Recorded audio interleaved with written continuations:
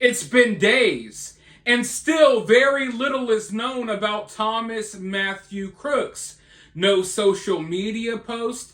Hell, we haven't hardly even seen any current pictures of him.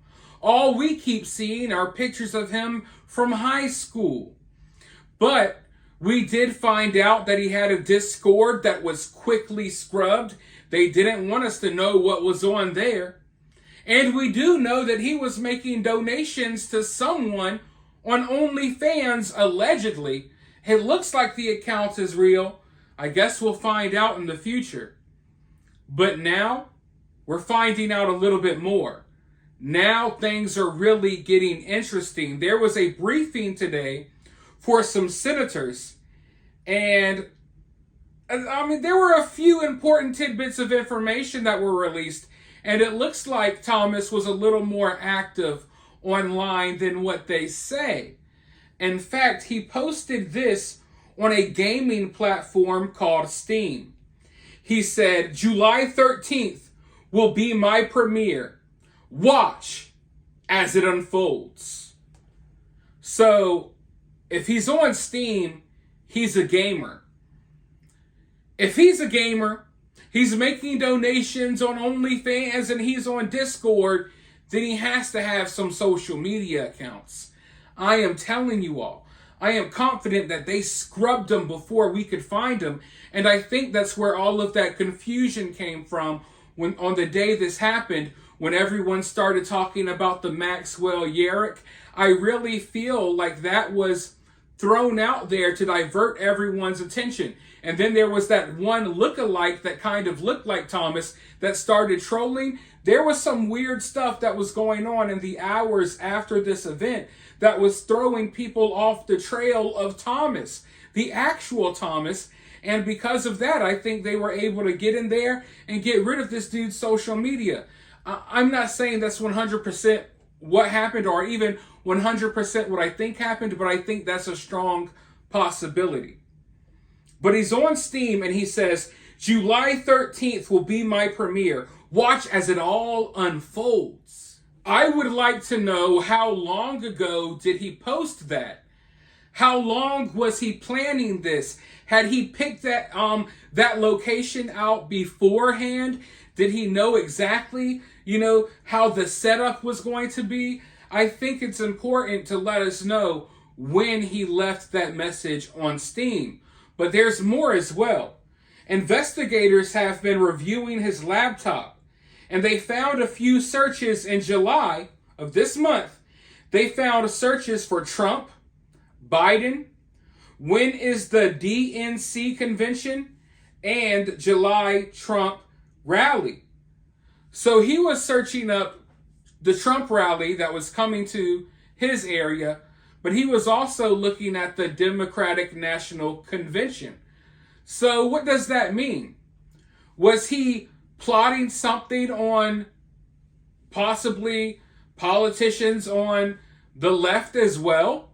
Or is this information they're putting out there to throw us off? I don't know. I find it kind of interesting because in an interview, one of his classmates stated that he kind of hated all politicians. So I'm wondering if, at the beginning, he was trying to figure out who his target was going to be and who he was going to try to take out. And he settled on the Trump rally, but maybe he was possibly trying to plot on the DNC as well. Did he think that he was going to get away, with doing what he did at the Trump rally? Because, he said that's when it will premiere and watch it all unfold. But investigators also said that they found no evidence of any particular ideology. The FBI said that they believe that this is notable. And they said that nobody in interviews reported Crooks discussing politics. Well, I think the FBI needs to maybe watch my YouTube channel. Maybe they need to turn on the news, because the FBI is claiming we haven't talked to anyone, so far that said that he was discussing politics.